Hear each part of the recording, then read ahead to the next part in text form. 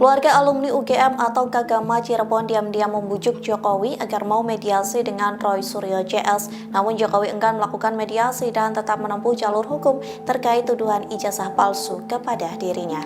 Dikutip dari Warta Kota, Kagama Cirebon bertemu dengan Jokowi di Solo pada Kamis 15 Mei lalu. Bahkan foto tersebut sudah beredar di media sosial.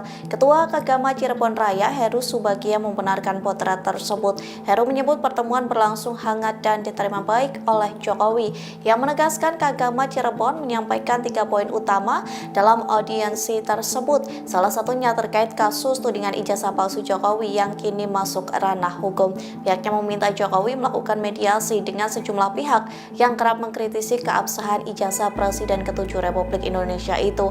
Heru mengatakan bahwa Roy Suryo CS tidak memiliki niat untuk menyerang pribadi. Ia mengatakan Kagama Cirebon mengupayakan jalur komunikasi untuk mempertemukan Jokowi dengan pihak terkait guna menyelesaikan persoalan dengan kekeluargaan. Namun Jokowi mengatakan bahwa dirinya tidak mungkin menarik kembali proses hukum yang sedang dijalankan. Lantas Heru menegaskan bahwa pihaknya menghormati keputusan Jokowi untuk tetap melanjutkan proses hukum. Meski begitu, Kagama Cirebon tetap berharap penyelesaian dapat dilakukan secara damai dan kekeluargaan.